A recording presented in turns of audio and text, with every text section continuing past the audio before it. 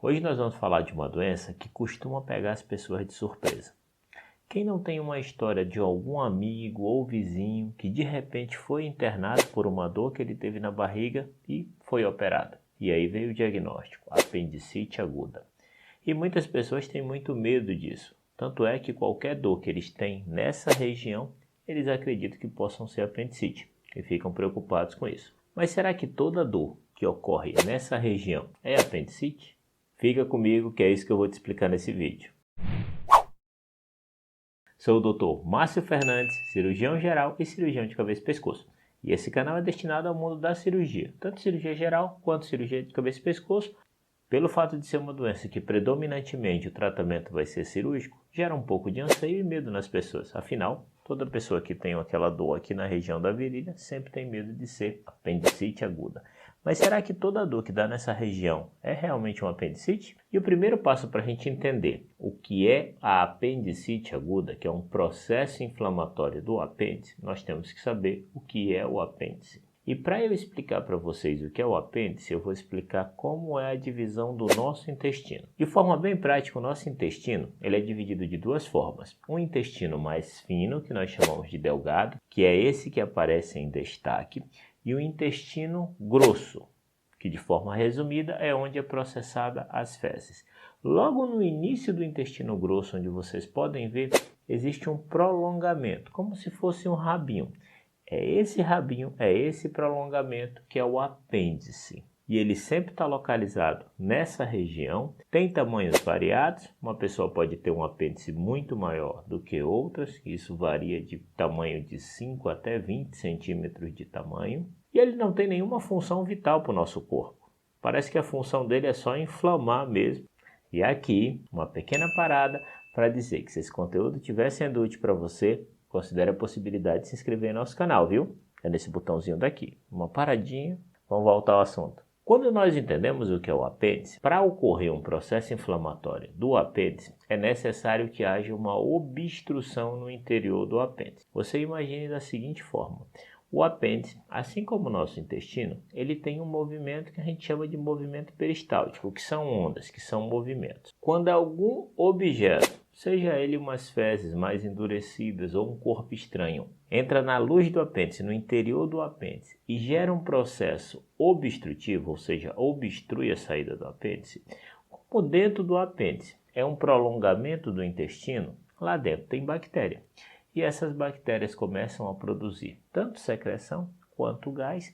Isso faz com que o apêndice tufe, ou seja, se dilate, inche, como se fosse um trauma, como outro qualquer, e isso gera o processo inflamatório, gera a dor e, consequentemente, se esse processo não for parado, aquele apêndice vai crescer, e inflamar até estourar, que é o que nós chamamos de apendicite supurada. Porque ele está obstruído. E a secreção no interior do apêndice ela continua sendo produzida, que é o líquido entérico, assim como nós produzimos no nosso intestino. Só que esse líquido não tem para onde sair. E a capacidade de absorção também não é suficiente para absorver o que está sendo produzido. Fora que quanto mais é produzido e mais essa parede do apêndice se distende, maior a pressão, maior o processo inflamatório e, consequentemente, pior a evolução do quadro. Quando nós pegamos a barriga e nós dividimos ela em 4 quadrantes, a localização da dor de um processo inflamatório do apêndice se localiza no quadrante inferior direito. É nessa região onde se localiza. Mas os sintomas de um paciente que tem apendicite, eles são bem mais variados do que apenas a localização nessa região. Como eu falei para vocês que o processo de inflamação do apêndice tem uma obstrução, ele vai dilatando até que aquilo gera o estímulo do processo inflamatório que pode até perfurar. O início desse processo, a dor, ela não é uma dor perceptível e localizada. Geralmente o paciente tem uma dor que nós chamamos referida. Essa dor ela pode se iniciar na boca do estômago e esse tipo de dor referida é devido à origem da inervação do apêndice e essa dor é como se fosse uma dor surda, uma dor não localizada. Uma dor que você sente aquele desconforto, essa dor de forma característica, ela pode migrar, ela pode sair da boca do estômago, ela pode se localizar na região umbilical e pode se direcionar para a região onde está o apêndice, que é no quadrante inferior direito. Porém, não são todos os casos que evoluem com essa sintomatologia clássica. Muitas vezes o paciente pode ter apenas um desconforto na barriga, uma dor abdominal, que numa boa parte das vezes ele não sabe localizar com precisão, mas que com a evolução do quadro ele começa a perceber e começa a ver que a dor está se localizando cada vez mais nesse quadrante inferior direito. É lógico que dependendo do tamanho do apêndice, do seu prolongamento e para onde ele está direcionado, isso pode variar.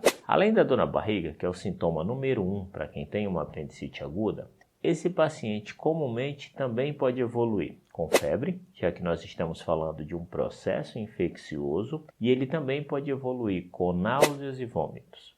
O processo de diagnóstico da apendicite aguda, na maioria das vezes, ele é bem claro. Por quê? Além da gente ter esse histórico do paciente que evolui com esse quadro de dor, que mesmo que no início não seja extremamente perceptível e direcionada, mas que com a evolução ela vai se direcionar para o lugar do apêndice, além de todo esse conjunto de sintomas, quando nós vamos examinar esse paciente, o exame físico, que a gente vai tocar naquela região onde está o apêndice, o paciente sente uma dor muito intensa, principalmente quando nós amassamos aquela região e nós soltamos aquela região, que isso é uma característica que o médico, quando vai avaliar, tem, e o paciente sempre pergunta o porquê. Quando nós comprimimos a região do apêndice e nós soltamos, o paciente sente um choque. Esse choque é um sinal clínico de que esse paciente está com apendicite aguda, ou seja, ele está com uma doença inflamatória da barriga dele. Quando nós temos uma apendicite, e esse exame numa boa parte das vezes, e principalmente dependendo do lugar onde você está,